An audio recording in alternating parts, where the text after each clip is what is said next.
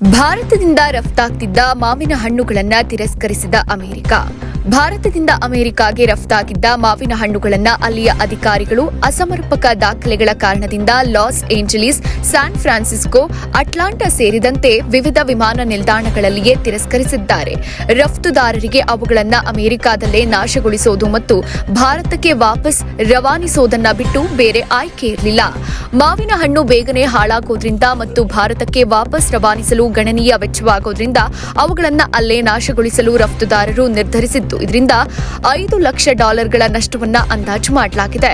ಅಮೆರಿಕಾಗೆ ರಫ್ತಾಗುವ ಮಾವಿನ ಹಣ್ಣುಗಳನ್ನು ಕೀಟಮುಕ್ತಗೊಳಿಸೋಕೆ ಮತ್ತು ಹೆಚ್ಚು ಅವಧಿಗೆ ಬಾಳಿಕೆ ಬರುವಂತಾಗಲು ಅವುಗಳನ್ನು ನವಿ ಮುಂಬೈನಲ್ಲಿನ ನಿಯೋಜಿತ ಘಟಕದಲ್ಲಿ ನಿಯಂತ್ರಿತ ವಿಕಿರಣ ಪ್ರಕ್ರಿಯೆಗೆ ಒಳಪಡಿಸಲಾಗುತ್ತೆ.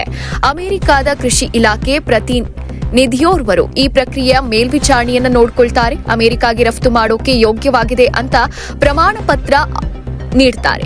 ಮೇ 8 ಮತ್ತು 9ರಂದು ಅಮೆರಿಕದ ಅಧಿಕಾರಿಯ ಉಪಸ್ಥಿತಿಯಲ್ಲಿ ಈ ಪ್ರಕ್ರಿಯೆ ನಡೆದಿತ್ತು. ಆದರೆ ಅಮೆರಿಕದ ಅಧಿಕಾರಿಗಳು ಈ ದಾಖಲೆಗಳ ಬಗ್ಗೆ ತಕರಾರು ಎತ್ತಿದ್ದಾರೆ.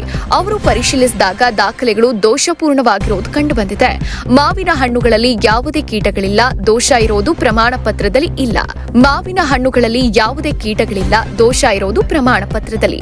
ಪ್ರಮಾಣ ಪತ್ರಗಳನ್ನು ವಿತರಿಸುವ ಅಮೆರಿಕದ ಅಧಿಕಾರಿಯಿಂದಾಗಿ ನಾವು ನಷ್ಟ ಅನುಭವಿಸುವಂತಾಯಿತು ಅಂತ ರಫ್ತುದಾರರು ಗೋಳು ತೋಡಿಕೊಂಡಿದ್ದಾರೆ.